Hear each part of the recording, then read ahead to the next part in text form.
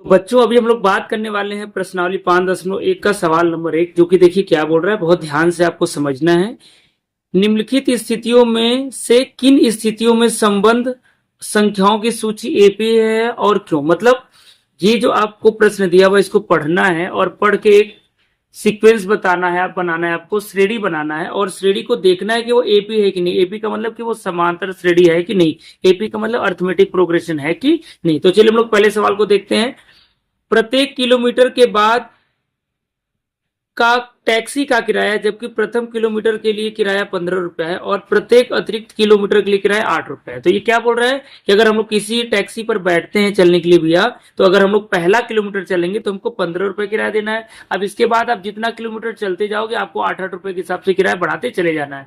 यानी एक तरीके से देखा जाए तो प्रथम पद आपका क्या हो गया, 15 हो गया और उसमें 8-8 चूंकि जोड़ते जाना था। अगर आपको 2 किलोमीटर चलना होगा तो 15 धन 8 कर दोगे।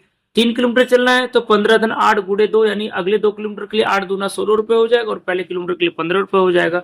तो इस तरीके से ये एपी है और इसको हम लोग लिख करके कैसे देखेंगे, चलिए हम आपको बता दें। तो आप एपी कैसे बनाओगे, क्योंकि सिंपल से आपको सिर्फ बताना एपी है कि नहीं। तो ये एपी है। एपी कैसे बनेगा, चलो मैं इसको श्रेणी करके लिख लेता हूँ। पहले भी श्रेणी हम लोग लिख लेते हैं कि श्रेणी कैसे बनेगा।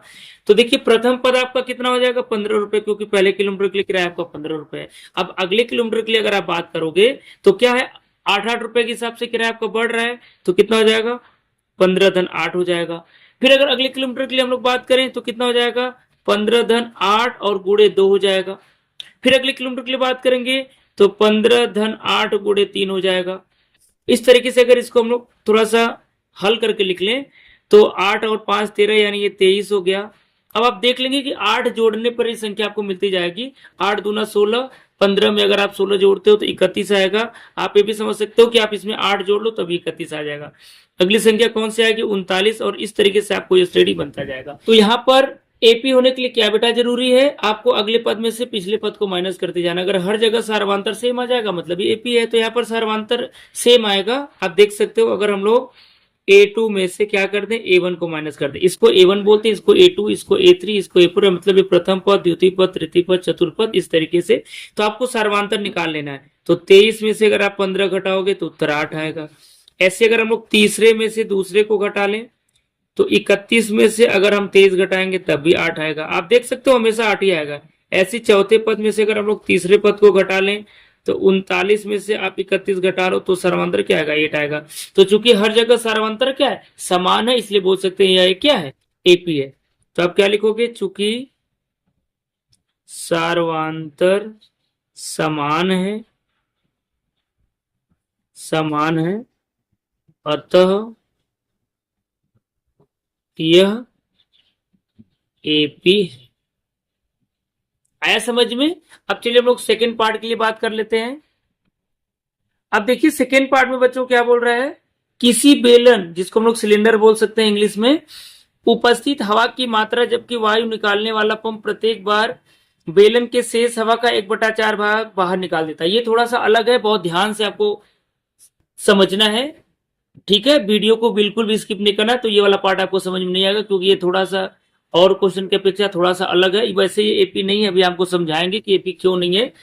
तो क्या बोला, पहले मतलब आपको अच्छे समझना है क्वेश्चन का, कि एक सिलेंडर में जितनी भी हवा है उसमें से हर बार जितना हवा बचेगा उसका 1/4 भाग आपको बाहर कर लेना है। तो इस तरीके से एक श्रेणी बनाना है और आपको बताना है कि वो एपी है कि नहीं है। तो चलिए मैं आपको बना करके बताता हूं और दिखाता हूं कि ये एपी क्यों नहीं है। तो बच्चों इस क्वेश्चन को करने के लिए हम लोग क्या मान लेंगे, कि माना कि बेलन में जो उपस्थित हवा शुरुआत में था, यानी शुरू में था, वो कितना है, एक्स है। तो हम लोग बोलेंगे भैया माना बेलन में उपस्थित, बेलन में उपस्थित हवा की मात्रा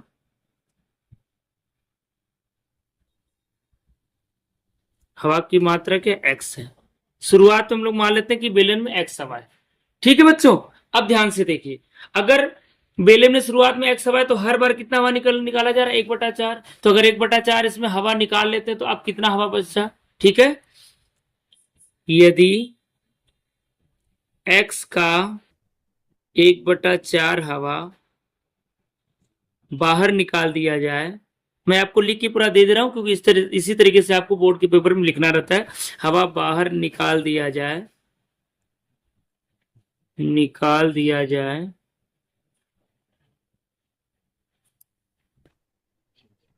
तो शेष हवा की मात्रा, शेष हवा की मात्रा कितनी बचेगी बच्चों बताइए।